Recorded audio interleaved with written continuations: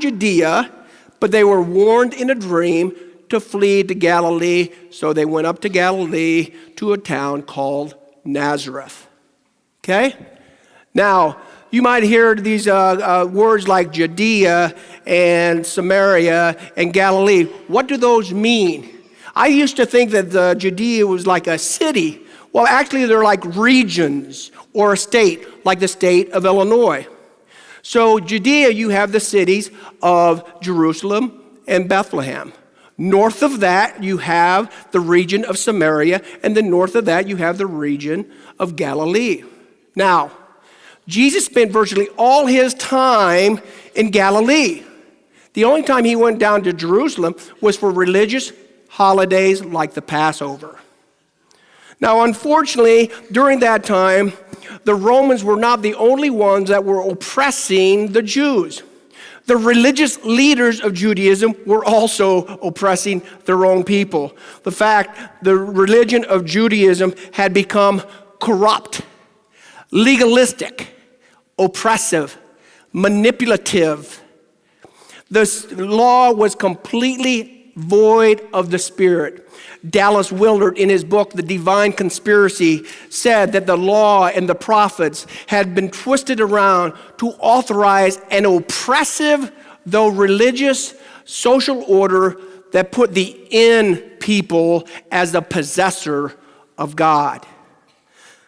Jesus, on the other hand, he was just coming into his ministry.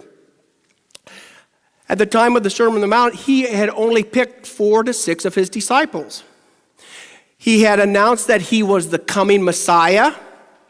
He had performed miracles. He had healed the sick. He had given sight to the blind. He made the lame walk and the deaf hear. People knew that Jesus was the miracle man. But he also proclaimed that the kingdom of heaven had come to earth. Now, this is really important to remember, that the kingdom of heaven was at hand. Okay?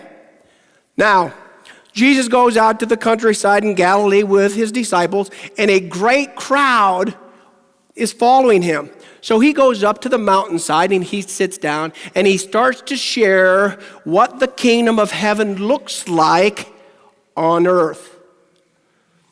And he begins to expose the dysfunction of Judaism. How the religious leaders said that they were the one true gatekeeper of God, and how they were using the law simply to manipulate behavior, but they were doing nothing to change people's hearts. And then he also talked about how the masses and the people, they were pursuing peace and contentment in ways that only leads to emptiness. So in Matthew 6, he starts to talk about 2 ways that we pursue this stuff. And the first way is how we pursue the approval of man. He starts to talk about how we pray to be seen by men, how we give money to be seen by men, how we sacrifice and fast and disfigure our face just to be seen by men. And Jesus said, guys, when you try to be something in the eyes of man, you've already got your reward, but that reward never satisfies.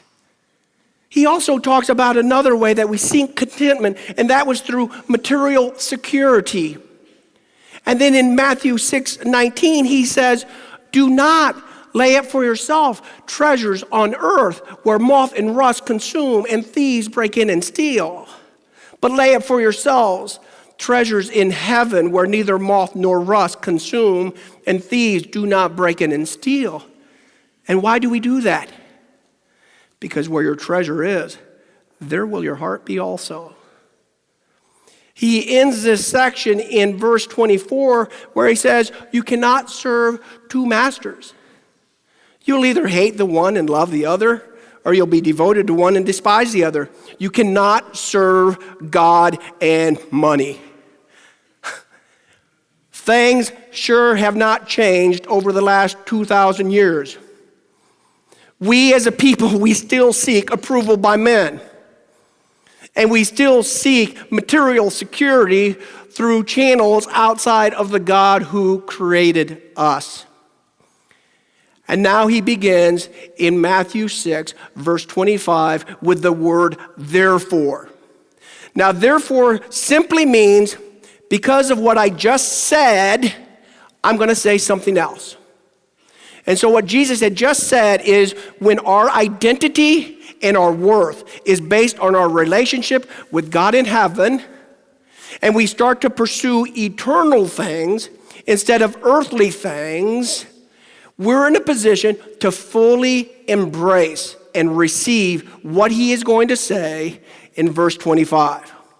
Now, a few weeks ago, we were talking about in this church the indescribable size and power of God. How he had made not only the earth, but the moon and the stars and the galaxies and the solar system and that big dog star that was like 1 billion times bigger than this earth.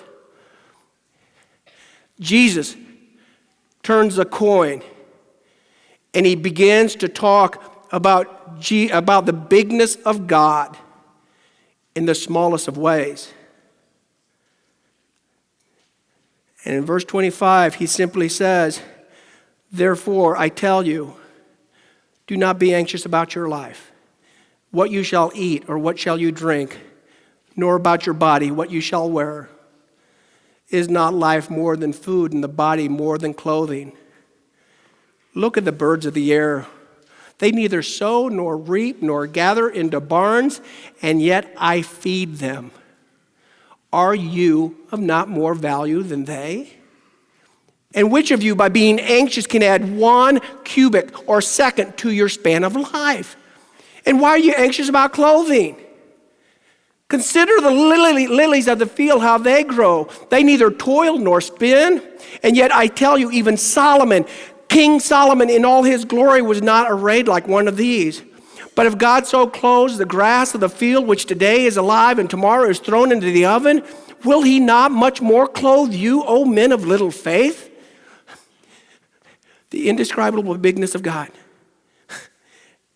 And Jesus says he cares for all of his creation. Matter of fact, when he goes into Matthew 10:29, he goes even further. He says, are not 2 sparrows sold for a penny, and not one of them will fall to the ground outside your Father's will? And then in Luke 12:6 and 7, he says, are not 5 sparrows sold for 2 pennies? Yet not one of them are forgotten. Not one of them are forgotten by God. The very hairs of your head are numbered. Don't be afraid. You are worth more than many sparrows. Do you believe that? I mean, do you really believe that? That the indescribable God of the universe cares about every single animal on this planet? That he knows the number of hairs on your head, the person next to you, and the other 6 billion people in this world? And that he knows every piece of vegetation in this earth. I mean, do you really believe that? If we can get our hands around that truth, that is a game changer. Now look, like you guys, I love my kids like crazy. But as I stand up here and speak today, I have no clue what they're wearing to church.